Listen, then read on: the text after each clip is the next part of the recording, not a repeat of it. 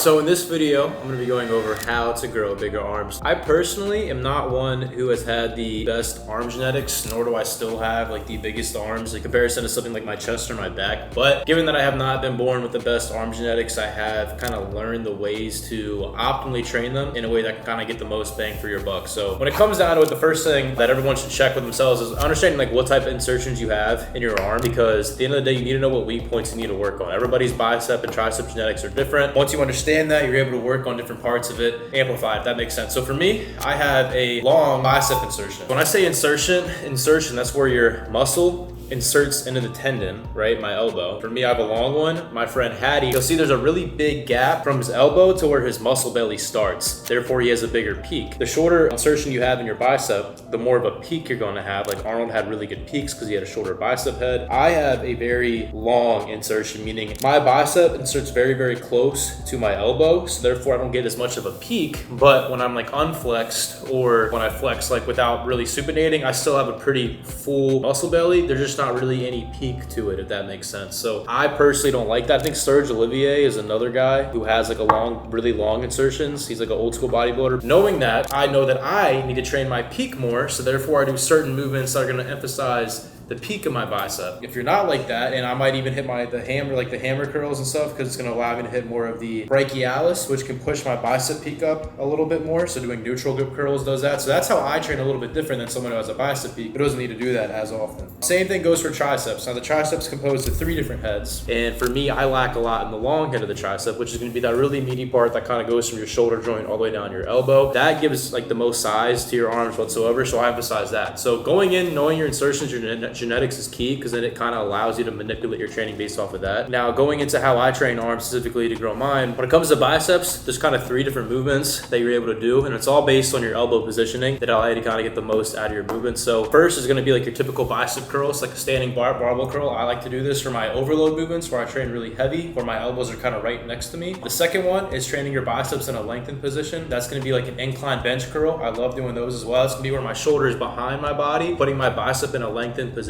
where I get some curls, and that trains a little bit of a different part of your bicep. It's more of the peak in my opinion. And there's going to be when you have it in front of you, your elbows in front of you, such as a preacher curl. That's all based off of your elbow positioning. All 3 of those movements hit your bicep in a different way, so you should implement all 3 of those into whatever programming you're doing. You can add in some forearm work / neutral grip curls to hit your brachialis, which is the muscle that sits underneath this bicep right here, which once you build that up will kind of push your bicep peak up a little bit. So for biceps, that's what I would do. Pick one movement in your elbow positioning in a different place. Don't just do like the same repetitive movement. If you do barbell curls and then you do the second workout, you're doing all like dumbbell curls, it's kind of like you still are going to get bigger arms, but you could substitute that for like a preacher curl, different elbow positioning, and get more out of the workout. For triceps, you're going to be having the 3 heads of the tricep, and you can kind of work them all in different ways. The most that I bang out the most is the long head. To train the long head of the tricep, that back meaty part, you want to have your tricep in like a lengthened position. I like to do skull crushers, seated skull crushers, or incline dumbbell skull crushers, or barbell skull crushers. I like to do that a lot because it puts that in a lengthened position off rip, so you can train it a little bit better. Sometimes I like to do rope curls, but in a variation where again my shoulders are leaned out a little bit so that my shoulders in more of a lengthened position. It's going to target the long head a little bit better. Then there's the lateral head of the tricep, and I forgot what the other one's called. It's a really small one that kind of sits under here. When I want to hit that horseshoe part of my tricep, I do things like a close grip bench press or a close heavy V-bar push down. Those hit that really good. Rope extensions will also hit it. One arm tricep extensions, cable extensions all hit that as well. Again, there's different movements, and it's all based off of basically your elbow positioning when it comes to arms. So if you want to train different movements, make sure you're not doing the same elbow positioning where it's kind of like redundant. You want to kind of switch it up a little bit,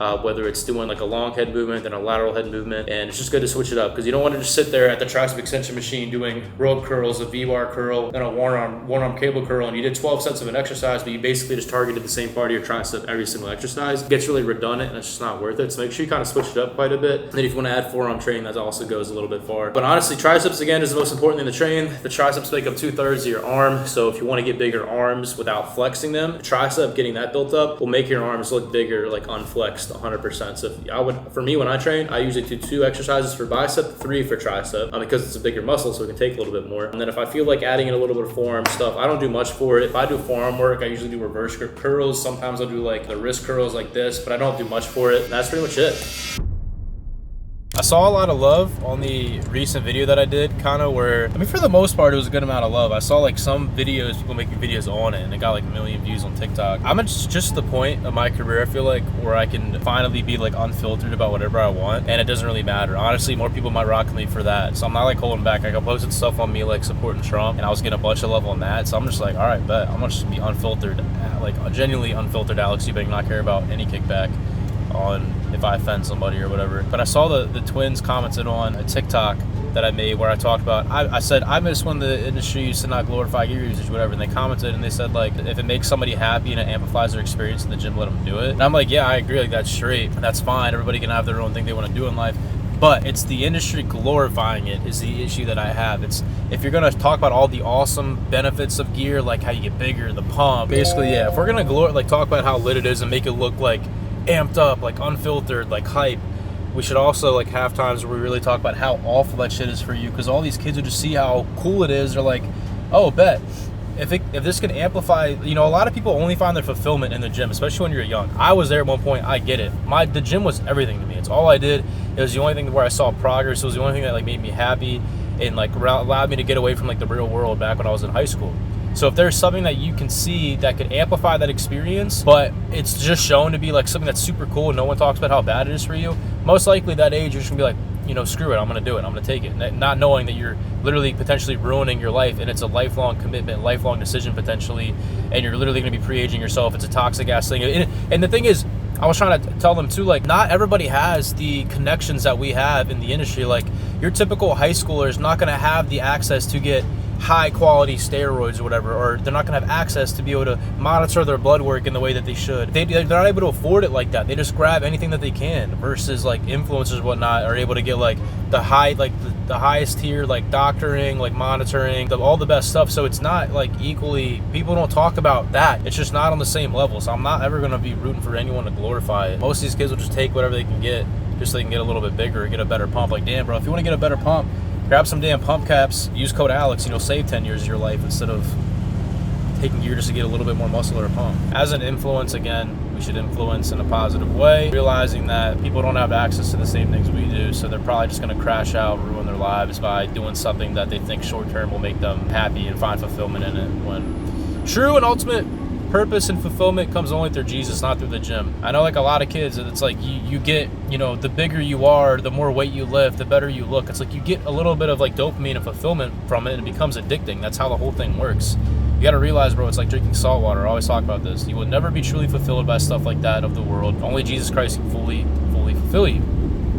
So if you think 10 more pounds, 50 more pounds of muscle, or 50 pounds to your bench is going to be all you need for you to be happy, realize that it's going to be another 50 pounds. It's going to be another 10 pounds of muscle.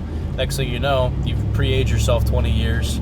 You're going to die younger. You might not even be able to have kids, and you're going to be ugly as shit. Is that worth? Maybe for some of y'all.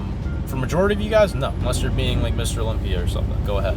And if you have all the means to do it in a healthy way, go ahead. I also saw some people saying like, Alex, who are you to talk like you take gear? Absolute bozos, bro. How stupid do you have to be? Like, this is what's funny to me. Like, I replied to a comment on my TikTok because someone said, bro's not natty, he's small, and I forgot, he said something else about me. And I'm just like, if I'm not natty and I'm small, that's actually sad, bro. If I was taking stuff and I was this size, that'd be awful genetics, bro. Like, I would just honestly be so sad to be like, damn, bro, my parents gave me the worst genetics ever. If you generally think that I'm on steroids, you're an absolute bozo. Like, your SAT score was definitely in the hundreds, and you definitely say we go gym every single day before you leave your house. So the only thing I've ever done, which I was open about because this does not affect your physique in any way, is I took BPC 157 for my shoulder, for my labrum, which is technically a banned substance by WADA, but it's a repairing peptide, but caffeine was also banned by WADA, I believe, up until 2003 or something. So if you took caffeine before that, I guess you're also not natty. I've never taken hormonal like steroids to get bigger. If you think me taking BPC makes me unnatty and takes away my natty card, and you're gonna put me on the same playing field as C-Mom because I took BPC, you're an absolute bozo, bro. You're a clown. I don't know if that's like an insecurity thing because it makes you feel like now we're on the same playing field, or I'm out of like your playing field if you are not. I don't know. I don't know why people like, there's no way you can put that on the same level, taking BPC, a healing peptide to heal my shoulder,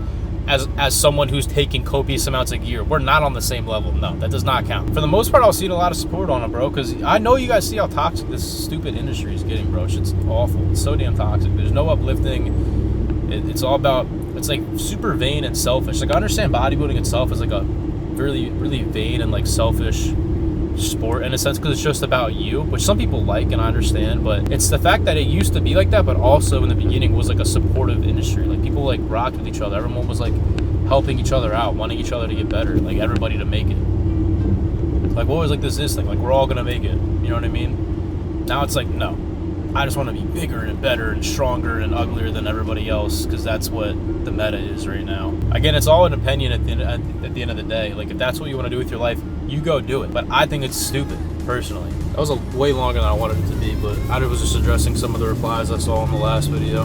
This rank, by the way, I'm telling you guys. Oh yeah.